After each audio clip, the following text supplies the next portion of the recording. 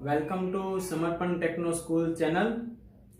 ધોરણ 11 માં આપણે જે ચેપ્ટર શીખી રહ્યા છે સમતલમાં ગતિ, તેમાં નિયમિત વર્તુળાકાર ગતિ. બરાબર છે. આ જે નિયમિત વર્તુળાકાર ગતિ જે છે એટલે શું થાય, અને એમાં એક સમીકરણ મેળવવાનું છે જે છે કેન્દ્રગામી પ્રવેગનું સમીકરણ. બરાબર છે. બહુ સહેલો ટોપિક છે. બરાબર. આકૃતિ દોરીને આપણે સમજાવવાના છીએ. હવે તમને અહીં એક દોરી સાથે બાંધેલો પદાર્થ દેખાય છે. રાઈટ? આ દોરી સાથે બાંધેલો પદાર્થ ગતિ કરે છે, જોઈ રહ્યા છો તમે મિત્રો. બરાબર. હવે જો આ ગતિને આવી રીતે બનાવવામાં આવે, ફરીથી જોશો તમે, આ ગતિ છે તમને સંપૂર્ણ દેખાના માટે આપણે જોઈએ કે આ પ્રકારની. આ ગતિ કેવા પ્રકારની છે તમે જોશો મિત્રો. દોરી સાથે બંધેલો પદાર્થ એક સરખા વેગથી ગતિ કરી રહ્યો છે. જુઓ તમે, દોરી સાથે બાંધેલો પદાર્થ એક સરખા વેગથી ગતિ કરી રહ્યો છે. તો આ ગતિ કયા પ્રકારની છે? આ ગતિને આપણે નિયમિત વર્તુળાકાર ગતિ કહે છે. જો તમે એક સરખા વેગથી ગતિ કરે છે, કોઈ પણ બિંદુ પાસે પદાર્થનો વેગ તમે જોશો તો દરેક બિંદુ પાસે પદાર્થનો વેગ એક સમાન હોય છે. બરાબર. તો આ ગતિને આપણે નિયમિત વર્તુળાકાર ગતિ કહે છે. અહીંયા વ્યાખ્યા પણ આપી છે. અચળ ઝડપથી વર્તુળાકાર માર્ગે ગતિ કરતા કણની ગતિ જે છે એ ગતિને આપણે કઈ ગતિ કહીએ છીએ? નિયમિત વર્તુળાકાર ગતિ. બરાબર છે. દરેક બિંદુ પાસે તેનો વેગ કેવો હોવો જોઈએ? અચળ. અચળ એટલે એક સમાન. 10 ના વેગથી ફરતો હોય તો આપેલા રાઉન્ડના દરેક બિંદુ પાસે કણનો વેગ કેવો હોય? 10 નો હોય. બરાબર છે. 10 મીટર પ્રતિ સેકન્ડના વેગથી. તો આ ગતિને આપણે નિયમિત વર્તુળાકાર ગતિ કહે છે. બહુ સિમ્પલ ટોપિક છે. અહીં આકૃતિ પણ દોરેલી છે. આકૃતિમાં સમજવું હોય તો સમજો કે આ આપણે દોરીને પકડેલો ભાગ છે જેને કેન્દ્ર O કહીએ છીએ. રેડી? હવે આપેલો આપણો જે કણ જે છે એ વર્તુળાકાર માર્ગે આવી રીતે પરિભ્રમણ કરી રહ્યો છે. બરાબર. આ વર્તુળાકાર માર્ગ છે. ઓકે. હવે કેન્દ્રથી સમજો કે અહીંયા કણ પહોંચ્યો છે. રેડી? આ P બિંદુએ, એટલે કે કેન્દ્રથી કેટલા અંતરે? તો કે r1 સદિશ અંતરે P બિંદુએ. તેનો વેગ કેટલો હોય? તો આપણને ખબર છે કે વેગ હંમેશા વર્તુળાકાર માર્ગે વેગ હંમેશા કઈ દિશામાં હોય? આગળના ટોપિક જરાક રિવિઝન કરશો. વેગ હંમેશા સ્પર્શકની દિશામાં હોય. તો P બિંદુ પાસે તેનો વેગ જે છે એ સ્પર્શકની દિશામાં હોય. એટલે અહીંયા વેગ છે એ હોય v1. રાઈટ? આ કણ ગતિ કરીને સમજો અહીંયા પહોંચે છે. તો આ બિંદુને આપણે નામ આપી દઈએ છીએ કે એ બિંદુ છે Q છે. કેટલા અંતરે છે? તો કે r2 સદિશ અંતરે છે. અને આ બિંદુએ તેનો વેગ કઈ દિશામાં છે? તો હંમેશા આપણને ખ્યાલ છે કે આ બિંદુએ તેનો વેગ છે એ Q બિંદુએ જ્યાં સ્પર્શક બનતો હોય ત્યાં. આ વેગનું મૂલ્ય કેટલું છે? v2. રાઈટ? હવે કણ કેટલું કોણીય સ્થાનાંતર કરે છે? મિત્રો, સ્થાનાંતર બે પ્રકારના હોય છે. એક રેખીય સ્થાનાંતર, અંતિમ સ્થાન માઈનસ પ્રારંભિક સ્થાન. તો રેખીય સ્થાનાંતર હોય, રેખીય, તો રેખીય સ્થાનાંતરને આપણે ડેલ્ટા x લખીએ છીએ. અને જો કોણીય સ્થાનાંતર હોય તો આપણે ડેલ્ટા થીટા લખીએ છીએ. તો આ જે છે એ ડેલ્ટા થીટા જે છે કોણીય સ્થાનાંતર છે. રાઈટ? અને આ જે છે એ સ્થાનાંતર બતાવે છે, સ્થાનમાં થતો ફેરફાર ડેલ્ટા r. આ જે છે ને આપણે કહીએ છીએ ડેલ્ટા r સ્થાનાંતર. અંતિમ સ્થાન r2 અને r1 વચ્ચેનો સદિશ. રેડી? ખ્યાલ પડી ગયો? આ જે છે સ્થાનાંતર સદિશ આપણે આકૃતિ દોરીને પણ શીખી ગયા છે સદિશના પહેલા બીજા લેક્ચરમાં, સ્થાન અને સ્થાનાંતર સદિશ. તો આ આપણો સ્થાનાંતર સદિશ થયો. આ કોણીય સ્થાન, ખૂણો પણ બોલી શકો છો. રેડી? બહુ સિમ્પલ ટોપિક છે. આકૃતિ બહુ સહેલી છે. કોઈ પણ બિંદુ પાસે તેનો વેગ હંમેશા સ્પર્શકની દિશામાં હોય છે. તો અહીં આપણે આકૃતિ ઉપરથી જો મુદ્દા લખીએ તો શું કહી શકીએ કે વર્તુળાકાર માર્ગે આકૃતિમાં કોઈ કણ v વેગથી વર્તુળાકાર માર્ગે શું કરી રહ્યો છે? ગતિ કરી રહ્યો છે. અને તેનો વેગ હંમેશા કોઈ પણ બિંદુ પાસે કઈ દિશામાં હોય છે? સ્પર્શકની દિશામાં હોય છે. આપણે આ મુદ્દાને આમાં લખી લઈએ છીએ. આકૃતિમાં કોઈ કણ r ત્રિજ્યાના વર્તુળાકાર માર્ગ પર v વેગથી ગતિ કરે છે. આ વર્તુળાકાર માર્ગે કોઈ પણ બિંદુએ તમે વેગ દોરશો તો હંમેશા કઈ દિશામાં હોય? આપણે શીખી ગયા છે વેગ હંમેશા સ્પર્શકની દિશામાં હોય. આ વેગ વર્તુળાકાર માર્ગના કોઈ પણ બિંદુએ હંમેશા સ્પર્શકની દિશામાં હોય છે. આ વેગ જે છે હંમેશા કઈ દિશામાં હોય છે? સ્પર્શકની દિશામાં હોય છે. બરાબર. આ વર્તુળાકાર માર્ગના કોઈ પણ બિંદુએ વેગ હંમેશા કઈ દિશામાં હોય છે? સ્પર્શકની દિશામાં હોય છે. ઓકે, તો સમજો આવી રીતે હોય કે કોઈ પણ બિંદુએ હંમેશા આપણે વેગ દોરીએ તો આ બિંદુએ વેગ આ બાજુ હોય, આ બિંદુએ વેગ આ બાજુ હોય, આ બિંદુએ સ્પર્શક આ બાજુ. તો દરેક બિંદુએ વેગ જે છે હંમેશા તેના સ્પર્શકની દિશામાં હોય અને કોઈ પણ બિંદુએ વેગનું મૂલ્ય એક સમાન હોય. બરાબર છે. વેગ હંમેશા એક સરખા મૂલ્યનો હોય, જે આપણે આગળ પણ સમજી ગયા છીએ. તો આ આપણી મેથડ થઈ અને હવે આપણે આ જે સમીકરણ છે એ મેળવવાનો આપણે પ્રયત્ન કરીએ છીએ. આકૃતિ ખાસ સમજી લેશો. બરાબર છે. આ P બિંદુ Q O, આ ડેલ્ટા થીટા શું બતાવે છે? કોણીય સ્થાનાંતર. આ છે સ્થાન સદિશ છે ડેલ્ટા r. આયા છે r2 એ PQ બિંદુએ પહોંચે છે. સૌપ્રથમ P બિંદુએ ત્યાંથી ડેલ્ટા r જેટલું સ્થાનાંતર કરીને ક્યાં પહોંચે છે? Q બિંદુએ. હવે અહીંયા તમે જોશો દરેક બિંદુએ છે એ વેગ છે એની ડાયરેક્શન બદલાય, દિશા. આપણે એક અગત્યનો ખાસ ટોપિક લખી ગયા છે, યાદ કરશો? આ રીતે યાદ કરજો. આપણે આગળ લખી ગયા છીએ. બરાબર છે. યાદ કરવાનું છે કે વેગ અને પ્રવેગ એક દિશામાં હોય તો વેગનું શું વધે? વેગનું મૂલ્ય વધે. બરાબર છે. દિશા ન બદલાય, દિશા ન બદલાય. યાદ કરો, આપણે આ લખી ગયા છે પ્રવેગની અંદર. વેગ આ બાજુ હોય અને પ્રવેગ એનાથી વિરુદ્ધ હોય તો વેગનું મૂલ્ય કેવું થાય? ઘટે. દિશા ન બદલાય. બરાબર છે. દિશા ન બદલાય. અને બીજો યાદ કરો કે વેગ આ બાજુ હોય, પ્રવેગને લંબ હોય તો વેગની શું બદલાય? દિશા બદલાય, મૂલ્ય ન બદલાય. યાદ છે? દિશા બદલાય. આ જે ટોપિક છે એના ઉપરથી આપણે ખાસ લખવાના છે કે પ્રવેગની દિશા કઈ બાજુ હોય છે. બરાબર છે. તો આપેલા મુદ્દા જે છે એને ખાસ ધ્યાનમાં રાખશો. આ મુદ્દા આધારિત આપણે લેવાનું છે કે દિશા બદલાય છે. બરાબર છે. મૂલ્ય બદલાતું નથી. v કોઈ પણ બિંદુએ એક સમાન હોય છે. અહીં તમે લખી શકો છો કે v1 અને v2 જે છે એ એક સમાન છે. v દરેક બિંદુ પાસે વેગનું મૂલ્ય કેવું છે? એક સરખું. તો દિશા બદલાય છે ખાલી વેગની. તમે જોશો. રેડી? આ દિશા છે, આ ડાયરેક્શન છે. તો વેગની દિશા બદલાય, મૂલ્ય બદલાતું ન હોય તો પ્રવેગ હંમેશા વેગને કેવો મળશે? લંબ મળશે. બરાબર છે. તો આજ આપણે ગણતરી કરી અને મેળવવાનું છે. તો ચાલો આપણે આગળ લઈ જઈએ છીએ. બીજો એક મુદ્દો આકૃતિ ઉપરથી જે છે એ લખી લઈએ, ત્યારબાદ આપણે આગળના પોઈન્ટમાં જઈએ છીએ. આકૃતિમાં કોઈ કણ P બિંદુએ વેગ v1 છે r1 સ્થાન સદિશ અંતરે અને Q બિંદુએ વેગ કેટલો છે? v2. તો આપણે આ પણ મુદ્દો લખી દઈએ છીએ. આકૃતિમાં r1 સ્થાન સદિશ અંતરે રહેલા P બિંદુએ કણનો વેગ કેટલો છે? કણનો વેગ v1 અને r2 સ્થાન સદિશ અંતરે રહેલા Q બિંદુએ વેગ કેટલો છે? v2 છે. હવે મુદ્દો આપણે લખી દઈએ છીએ કે v1 અને v2 વેગ જે છે એ એક સમાન છે. રેડી? ઓકે. હવે વેગનો ફેરફાર આપણે દોરો છે. યાદ કરો, આકૃતિ આપણે દોરી ગયા છે. વેગનો ફેરફાર કઈ રીતે દોરવામાં આવે? તો પહેલો સદિશ આપણે દોરીએ વેગનો. જે ડાયરેક્શન છે ડાયરેક્શનનો એક સદિશ દોરીએ. આ વેગ. બરાબર છે. જેને નામ આપી દઈએ v1.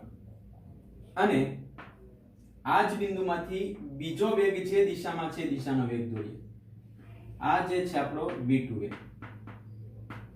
બરાબર, એક જ બિંદુમાંથી બે વેગને દોરવામાં આવે છે. આ બિંદુને આપણે O' નામ આપી દઈએ, અહીંયા નામ આપી દઈએ P' અને અહીંયા નામ આપી દઈએ Q'. તો વેગનો ફેરફાર કઈ દિશામાં મળે છે જોઈશો તમે, P થી Q સુધી. P થી Q સુધી વેગનો ફેરફાર આને આપણે કહીએ છીએ ડેલ્ટા V. તમે વેગના ફેરફારની ડાયરેક્શન જોશો કઈ બાજુ છે, વેગના ફેરફારની દિશા જે છે એ આપેલા વર્તુળના કેન્દ્ર તરફ છે. રેડી? એટલે પ્રવેગ પણ કઈ દિશામાં આપણને મળશે, જે આપણે આ પ્રવેગ મેળવવા જઈ રહ્યા છીએ કેન્દ્ર તરફ. જુઓ આ દિશામાં પ્રવેગ મળે આપણને. રેડી? કેન્દ્રની અંદર જતો હોય તો આવા પ્રવેગને આપણે કેન્દ્રગામી પ્રવેગ કહીએ છીએ. ખાસ ધ્યાન રાખજો, આઈએમપી ટોપિક છે કેન્દ્રગામી પ્રવેગ, ઘણી બધી વખત તમારે આવવાનું છે. તો આ પ્રવેગને આપણે કેન્દ્રગામી પ્રવેગ કહીએ છીએ. બરાબર છે? અને ત્રિજ્યા r ની દિશા, આ ત્રિજ્યાની દિશા છે, તો ત્રિજ્યાની અંદર હોવાથી એને ત્રિજ્યાવર્તી પણ પ્રવેગ કહીએ છીએ. કયો પ્રવેગ કહીએ છીએ? ત્રિજ્યાવર્તી પ્રવેગ પણ કહીએ છીએ. તો આ મુદ્દા અહીંયા સુધીના ખાસ લખી લેશો, આકૃતિ દોરી લેશો, ત્યારબાદ આપણે કેન્દ્રગામી પ્રવેગનું સમીકરણ મેળવીએ છીએ. અને કેન્દ્રગામી પ્રવેગ કોને કહેવાય એ પણ આપણે સાથે લખી દઈએ છીએ કે વેગનો ફેરફારની દિશામાં પ્રવેગ હોવાથી, અને પ્રવેગ જે છે કેન્દ્રની દિશામાં હોવાથી આવા પ્રવેગને આપણે કેન્દ્રગામી પ્રવેગ કહીએ છીએ. તો ફટાફટ આટલા મુદ્દા તમે લખી લેશો એટલે આપણે આગળનો ટોપિક જોઈએ છીએ.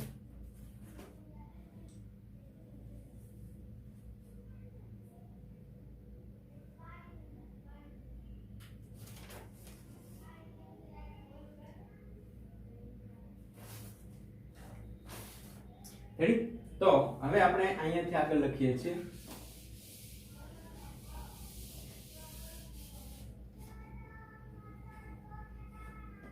વેગનો ફેરફાર. વેગનો ફેરફાર એને કેમ લખવામાં આવે? વેગના ફેરફારને લખવામાં આવે ડેલ્ટા V V2 V1. બરાબર છે? આ પ્રવેગ કઈ બાજુ મળે છે? વેગના ફેરફારની દિશામાં પ્રવેગ હોય છે. તો અહીં આપણે લખીએ છીએ વેગના ફેરફારની દિશામાં કોણ હોય છે? પ્રવેગ હોય છે. આ પ્રવેગ વર્તુળના કેન્દ્ર તરફ એટલે કે ત્રિજ્યાની દિશામાં હોવાથી તેને કયો પ્રવેગ કહીએ છીએ? કેન્દ્રગામી પ્રવેગ AC. સેન્ટ્રીપિટલ એટલે કેન્દ્રગામી, AC એટલે સેન્ટ્રીપિટલ, ખાસ ધ્યાન રાખજો. અથવા કેન્દ્રગામી AC અથવા AR. રેડિયલ એક્સેલરેશન, રેડિયલ એટલે ત્રિજ્યાવર્તી પ્રવેગ કહે છે. બરાબર છે? કેન્દ્રગામી પ્રવેગ અથવા તો ત્રિજ્યાવર્તી પ્રવેગ કોને કહેવાય એની માહિતી તમને મળી ગઈ.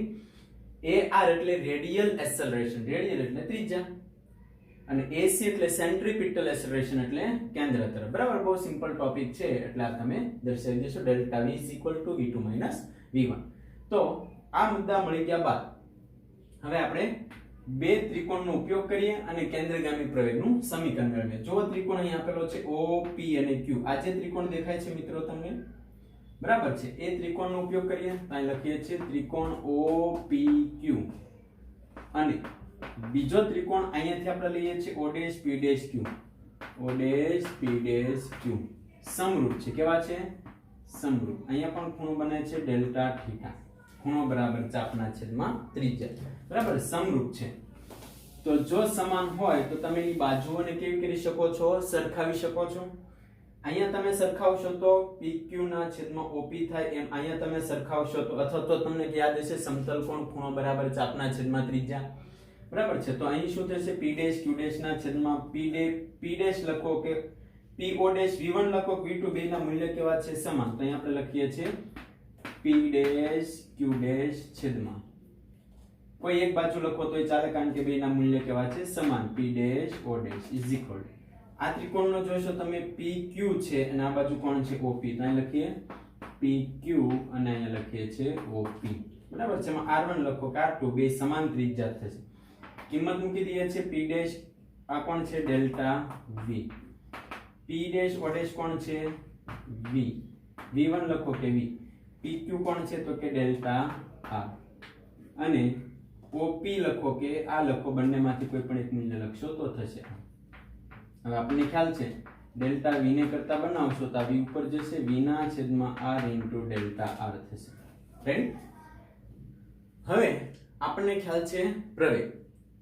તો પ્રવેગનું કિંમત આપણે મૂકીએ છીએ. પ્રવેગની સમીકરણ શું થશે? ડેલ્ટા t સમયમાં સરેરાશ પ્રવેગ. પ્રવેગનું સમીકરણ આટલું લખી લેશો ઝડપથી. બરાબર. આ સમીકરણ સુધી આપણે સમીકરણ બનાવીએ છીએ. તો અહીંયા આપણે લખીએ છીએ પ્રવેગ. જેટલા સમયમાં વેગનો ફેરફાર થયો એના પરથી આપણે પ્રવેગ લખીએ. ડેલ્ટા t સમયમાં સરેરાશ પ્રવેગ. તો સરેરાશ પ્રવેગને આપણે લખીએ છીએ a is equal to delta v ના છેદમાં ડેલ્ટા t. આપેલી કિંમત આપણે ઉપર મૂકી દઈએ તો શું થશે મિત્રો? ડેલ્ટા v ની કિંમત જે છે અહીંયા મૂકી દઈએ તો v ના છેદમાં r ડેલ્ટા r ના છેદમાં ડેલ્ટા t. બરાબર છે. તો સિમ્પલ ટોપિક છે. તો અહીંયા આપણે કિંમત મૂકીએ. જો delta t tends to 0 limit હોય તો તત્કાલીન પ્રવેગ. તત્કાલીન પ્રવેગ એટલે આપણને ખબર છે જેમ બને એટલો સમય નજીક કરીએ તો આપણને પ્રવેગનો ફેરફાર અને ચોક્કસ મૂલ્ય કેટલું છે કઈ દિશામાં તમને મળી જશે. તો જો સમયને ખૂબ નાનો કરીને કિંમત મૂકીએ તો આપણને પ્રવેગ કેટલો મળશે મિત્રો? તત્કાલીન પ્રવેગ v ના છેદમાં r delta t tends to 0 limit delta r ના છેદમાં ડેલ્ટા t. તો આને કઈ રીતે લખીએ છીએ? v ના છેદમાં r dr ના છેદમાં ડેલ્ટા t. રેડી? આ લખી લેશો. હવે સમયની સાપેક્ષે સ્થાન સદિશ અંતરનું વિકલન એટલે વેગ થશે. તો આપણને આ પ્રવેગ મળી જશે v ના છેદમાં r. આને કહીએ છીએ વેગ. અંતર ભાગ્યા સમય એટલે આપણને વેગ કહીએ છીએ. બે વખત છે એટલે આપણે કહીએ છીએ v સ્ક્વેર ના છેદમાં r. મિત્રો આ જે પ્રવેગ જે છે એને કેન્દ્રગામી પ્રવેગ કહીએ છીએ. જે કઈ દિશામાં હોય? કેન્દ્રની તરફ. બરાબર છે. અથવા તો ત્રિજ્યાની દિશામાં હોય. બહુ સિમ્પલ સમીકરણ છે. આ સમીકરણ ઉપરથી MCQ કોઈ પણ દાખલા પૂછે તો ડાયરેક્ટ તમારે આ સમીકરણ મૂકવાનું છે. આ એની સમજૂતી છે જે MCQ ગણતી વખતે કોઈ જ કામની નથી. બરાબર છે. સમીકરણ કઈ રીતે આવે છે મેળવવા માટે મેં આ થિયરીનો ઉપયોગ કર્યો છે. તમને કેન્દ્રની દિશામાં પ્રવેગ એ ખબર હોવી જોઈએ અને એનું સમીકરણ ખબર હોવી જોઈએ v સ્ક્વેર છેદમાં r. તમને ખ્યાલ હોય તો બળનું સમીકરણ છે. તમને પૂછી શકે કેન્દ્રગામી બળ પૂછે તો F is equal to ma થાય. અને કેન્દ્રગામી બળ કે આ પ્રવેગની કિંમત અહીં મૂકી દઈએ તો સમીકરણ શું થશે? કેન્દ્રગામી બળ is equal to m v square છેદમાં. આ સમીકરણ છે કેન્દ્રગામી બળનું થાય. બરાબર. ચેપ્ટર નંબર 5 ન્યૂટનની ગતિના નિયમો છે એની અંદર પણ તમારે આવશે એટલે એમાં તમે મેળવી શકો છો. તો આ જે આખી થિયરી જે છે એ વ્યવસ્થિત સંપૂર્ણપણે સમજી વિચારીને લેવાની છે. આ થિયરી પૂરી થાય છે કે આપણે ટોપિક આની અંદર બાકી છે લખવાનો. નોંધમાં લખી લઈશું. એના પણ MCQ દાખલાઓ તમારા માટે ખૂબ અગત્યના છે. એટલા માટે આપણે નીચે આ ટોપિકની સાથે જોઈન્ટમાં જ છે પરંતુ આપણે એને શું કરવાના છીએ? નોંધ કરીને અલગથી લખવાના છીએ. રેડી? જેને આપણે કેન્દ્રગામી પ્રવેગ કહીએ છીએ. વ્યવસ્થિત સંપૂર્ણપણે સમજી વિચારીને લખી લેશો. ખાસ મુદ્દાઓ અહીં આપેલા છે. હવે આકૃતિ આપણે એમના લેવા દઈએ છીએ. સમીકરણ અહીંયાથી હટાવીએ છીએ અને ત્યાં આપણે એક બીજું સમીકરણ નોંધ તરીકે લખી અને મેળવીએ છીએ. લખી લેશો તમે. અહીંયાથી આપણે આને ઇરેઝ કરીએ. રાઈટ?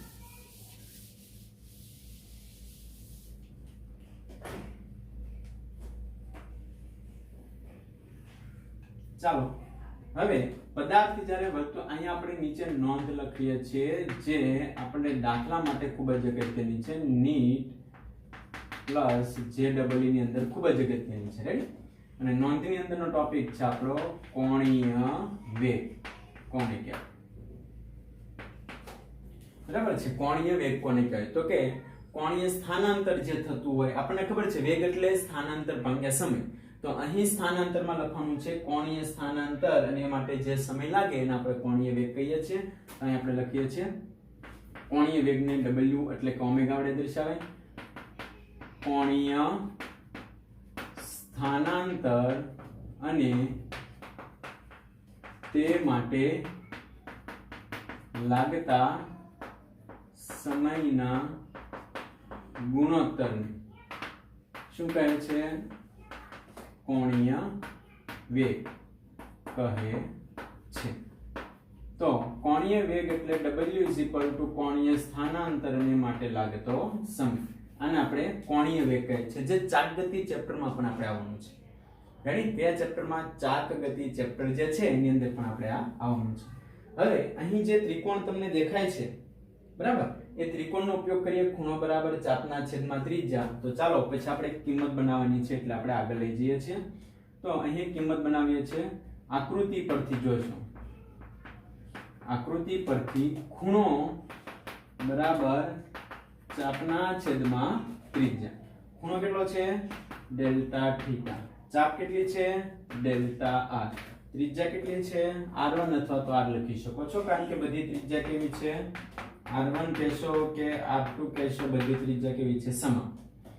હવે આ સમીકરણ છે ને ડેલ્ટા ટી વડે ભાંગી નાખીએ. ડેલ્ટા ટી વડે ભાગતા તો શું બનશે? જરાક લખાવશો. ડેલ્ટા થીટા ના છેદમાં ડેલ્ટા ટી, ડેલ્ટા આર ભાગ્યા ડેલ્ટા ટી ઇન્ટુ આર, એટલે કે ગુણાકારમાં આર. રેડી? અહીં જોશો, ડેલ્ટા થીટા ભાગ્યા ડેલ્ટા ટી એટલે શું થશે? ઓમેગા. ડેલ્ટા આર ભાગ્યા ડેલ્ટા ટી એટલે શું થાય? આપણને ખબર છે v અંતર ભાગ્યા સમય, એટલે આપણે લખીએ છીએ વેગ. ઓકે, તો આપણું સમીકરણ મળી ગયું છે ઓમેગા બરાબર v upon r. ચાલો આપણે કિંમત બનાવી દઈએ છીએ. અહીંયાથી આગળ લખીએ છીએ આ બાજુ. જોશો અહીંયાથી તો કે ડેલ્ટા થીટા ભાગ્યા ડેલ્ટા ટી એટલે આપણે લખીએ છીએ ઓમેગા. ડેલ્ટા આર ભાગ્યા ડેલ્ટા ટી એટલે v થાય ને r, એટલે કે v બરાબર r ઓમેગા. આ જે સમીકરણ છે એ ખાસ અગત્યનું છે. રેખીય વેગ અને કોણીય વેગનો સંબંધ છે. કોણીય વેગનો સંબંધ. આ જ સમીકરણ પણ ખૂબ અગત્યનું છે. ચાક ગતિ ચેપ્ટરમાં આપણે શીખવાના છે સેમેસ્ટર 2 ની અંદર. બરાબર છે? એટલે આજે નોંધમાં મેં જે રાઉન્ડ કરેલા સમીકરણ છે તમારા માટે બહુ આઈએમપી છે. હમણાં એને પછીનો એક દાખલો પણ છે જેમ આપણે જોવાના છે, એટલે વ્યવસ્થિત આ સમીકરણ લઈ લેશો. હજી નોંધની અંદર જે બીજા મુદ્દાઓ છે એ આપણે લખીએ છીએ. હવે આકૃતિની જરૂર નથી, એટલે આપણે અહીંથી દૂર કરીએ છીએ. રેડી? આકૃતિની કોઈ જરૂરિયાત નથી. ચાલો, આના પછીનો આ છે આપણને પહેલો મુદ્દો આપીએ, અહીં આપણે બીજો મુદ્દો આપીએ. બરાબર? એક આવર્તકાળ દરમિયાન જે સમય લાગે, બરાબર છે, સોરી, એક વર્તુળ પૂર્ણ કરવા માટે જે લાગતો સમય છે ને આવર્તકાળ કહીએ છીએ. એક પરિભ્રમણ દરમિયાન લાગતા સમયને શું કહે છે? આવર્તકાળ t કહે છે. બરાબર છે? t શું થાય? આપણને ખબર છે વેગ બરાબર અંતર ભાગ્યા સમય. તો આપણે આ કિંમત બનાવીને મૂકીએ છીએ. આના પરથી ખાસ જોશો તમે. તો આમાંથી તમે સમયને કરતા બનાવશો તો શું થશે? સમય અંતર ભાગ્યા વેગ થાય. રેડી? તો જ્યારે કોઈ પણ એક આંટો પૂર્ણ કરે ત્યારે કેટલું અંતર કાપ્યું? એના પરિઘ જેટલું. યાદ કરો, વર્તુળાકાર માર્ગ ઉપર કેટલું અંતર કાપે? તો કે એના પરિઘ જેટલું. તો પરિઘ એટલે કેટલો થાય? 2πr. 2πr ભાગ્યા એ માટેનો લાગતો એનો વેગ કેટલો છે? v અથવા તો ઓમેગા. બરાબર છે?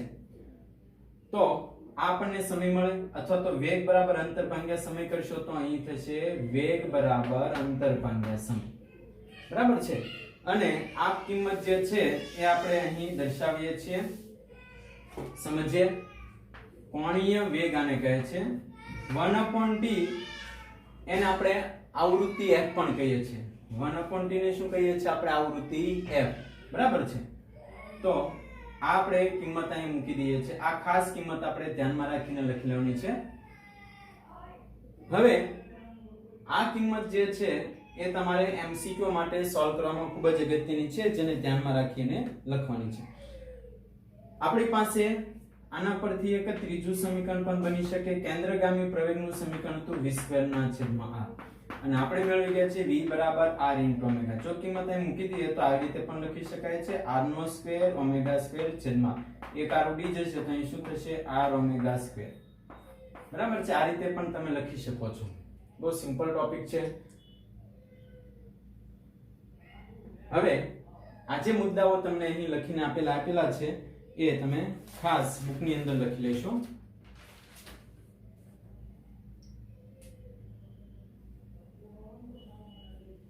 સોરી આ જે વેગ છે મિત્રો આપણે ખાસ લખવાનો છે આ વેગ v બરાબર 2πr ભાગ્યા t. હવે અહીં તમે જોશો કે v ના છેદમાં જો r લખશો તો 2π ભાગ્યા t થશે. રેડી? તો v ના છેદમાં r હોય તો શું થશે? v ના છેદમાં r બરાબર ઓમેગા થાય તો ઓમેગા બરાબર 2π/t અને 1/t એટલે આવૃત્તિ f પણ લખાય 2πf. તો આ આપણો કોણીય વેગનું સમીકરણ છે. આ જે વેગ હતો એ રેખીય વેગ હતો બરાબર 2πr એક વર્તુળ પૂર્ણ કરવા માટેનું અંતર ભાગ્યા સમય.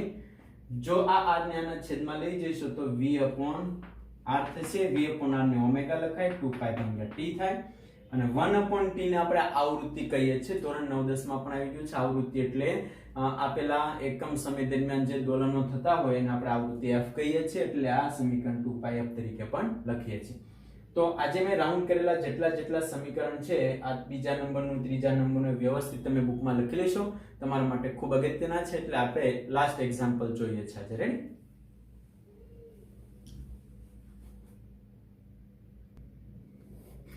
હવે આપણું ઉદાહરણ નંબર જે છે એ 4.10.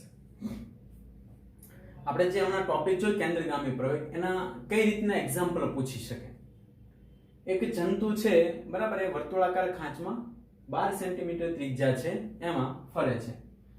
તો ખાંચમાં એકધારી ગતિ કરે છે બરાબર છે, એમાં ગોળ ગોળ ફર્યા કરે છે અને 100 સેકન્ડમાં 7 પરિભ્રમણ કરે છે. મિત્રો હું તમને એક વસ્તુ ખાસ શીખવાડું છું, આવર્તકાળ કઈ રીતે શોધાય. આના પરથી t તમને મળે અને એક જ સમીકરણની મદદથી હંમેશા મેળવવાનો આવર્તકાળ. અહીંયા મેં તમને લખ્યું છે 7 પરિભ્રમણમાં કેટલો સમય લાગ્યો? 100 સેકન્ડ. તો એક પરિભ્રમણ દરમિયાન હમણાં જ વાત કરી એમાં જે સમય લાગે એ સમયને શું કહીએ છીએ આપણે? આવર્તકાળ. બરાબર છે? તો t શું થાય? 7 પરિભ્રમણમાં 100 સેકન્ડનો સમય લાગે તો એક પરિભ્રમણમાં કેટલો સમય લાગે? તો 1 × 100 ભાગ્યા 7. બરાબર છે? આને આપણે આવર્તકાળ કહીએ છીએ t. હવે બહુ સિમ્પલ છે. જંતુની કોણીય ઝડપ તથા રેખીય ઝડપ મેળવવાની છે. તો કોણીય ઝડપનું હમણાં સમીકરણ લખાઈ ગયું છું. ઘણા બધી રીતે તમે ગણી શકો છો. v બરાબર r ઓમેગા થાય બરાબર છે, ઓમેગા બરાબર 2π/t થાય. તો આના પરથી તમે ઓમેગા ને કરતા બનાવો, v ખબર હોય તો તમે મેળવી શકો છો. v નું સમીકરણ હતું 2πr/t. ટાઈમ મળી ગયો છે, ત્રિજ્યા ખબર છે તો વેગ મળી જાય. આ વેગને અહીંયા મૂકી દેશો તો ઓમેગા મળી જશે. બરાબર છે? આ રીતે તમે સમીકરણ કોઈ પણનો ઉપયોગ કરીને દાખલો ગણી શકો છો. અહીંયા આપણે એક પદ્ધતિનો ઉપયોગ કર્યો છે કે ઓમેગા બરાબર 2π/t. પાઈ એટલે 3.14. t આપણે મેળવી લીધો છે આવર્તકાળ 100/7. 100/7 ઉપર જાય એટલે 0.44. એકમ શું છે? રેડિયન પ્રતિ સેકન્ડ. કોણીય વેગનો એકમ ખૂણો ભાગ્યા ત્રિજ્યા, રેડિયન પ્રતિ સેકન્ડ. સોરી, ખૂણો ભાગ્યા સમય એટલે કોણીય વેગ. v બરાબર r ઓમેગા નો ઉપયોગ કરીએ. r આપણને આપે છે 12, ઓમેગા મળી ગઈ છે 0.44. તો એની રેખીય વેગ મળશે 5.3 મીટર પ્રતિ સેકન્ડ. બીજું પૂછ્યું છે શું પ્રવેગ સદિશ છે અચળ સદિશ છે. બરાબર, એક સરખા પ્રવેગી ગતિથી કરે છે. બરાબર, તો એક સરખો પ્રવેગનો હોય છે 2.3 મીટર પ્રતિ સેકન્ડ સ્ક્વેર. કેન્દ્રગામી પ્રવેગનું સમીકરણ છે v²/r. 5.3 નો વર્ગ v નો વર્ગ છેદમાં r એટલે 12. તેનો જવાબ થશે 2.3 મીટર પ્રતિ સેકન્ડ સ્ક્વેર. આ પ્રવેગ છે એ કેન્દ્રની તરફ જ હંમેશા દરેક બિંદુએ છે. એટલે કે જ્યારે આપેલું જંતુ કોઈ પણ છે એ કોઈ પણ પોઈન્ટ ઉપર ગતિ કરતું હશે એટલે પ્રવેગ હંમેશા ક્યાં હશે? એના કેન્દ્રની દિશામાં. બરાબર છે? એટલે અચળ સદિશ છે. પ્રવેગ કેવો છે? અચળ સદિશ. આવી ગતિ જે છે એને આપણે કેવી ગતિ કહીએ છીએ? પ્રવેગિત ગતિ કહે છે. કેવી ગતિ કહે છે? પ્રવેગિત ગતિ. બરાબર, એટલે દાખલો તમે વ્યવસ્થિત લખી લેશો બુકમાં. આપણે અહીંયા સુધી રાખીએ છીએ. બરાબર, આવતા લેક્ચરમાં આપણે સ્વાધ્યાયના દાખલાઓ જોવાના છીએ. ત્યાં સુધીમાં આખું ચેપ્ટર સંપૂર્ણ એકવાર રિવિઝન કરી લેશો. થેન્ક યુ ટુ વોચ સમર્પણ techno school channel. Welcome to physics.